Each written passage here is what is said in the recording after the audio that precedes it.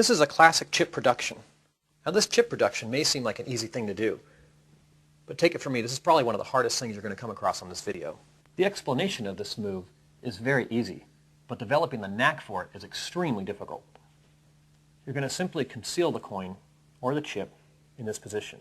This is a classic palming position done by many magicians.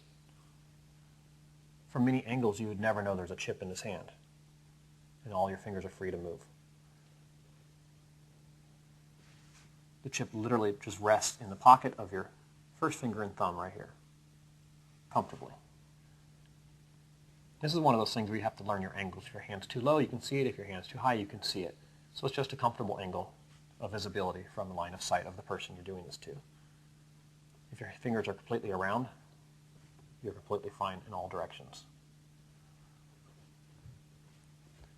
This chip is going to be produced in a really strange way.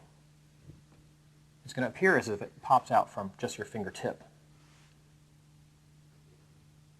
These fingers curl and retrieve that chip, and that chip literally rolls all the way out to the fingertip. You might want to practice this part before moving on to the rest of the effect.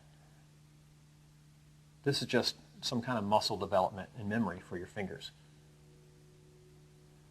Once it gets out to here, the work gets really challenging. A lot of this move is timed and choreographed between extending the fingers out here with the chip and the flick to achieve this instant appearance of a chip. I'm going to use my other hand to cheat so I can demonstrate what's really going on here. This chip comes out here and I start to throw it up in the air. These hands are no longer holding it. This chip is literally just kind of sitting here by itself. The thumb comes in, grabs the edge, and off this very, very edge of the chip, I actually press very hard to cause it to shoot forward. This actually is happening in midair. This chip for a half a moment is literally suspended. Ignore this hand. This chip is sitting here just like this. So your middle finger brings the chip out. You throw it up in the air just a little bit to get the momentum. These chips, these fingers move out of the way. Your thumb instantly comes in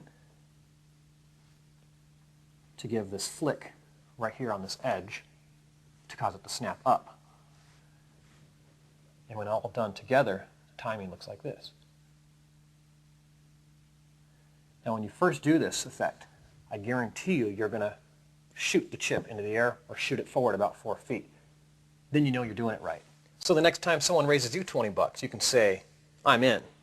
There isn't a cooler way to place your bet.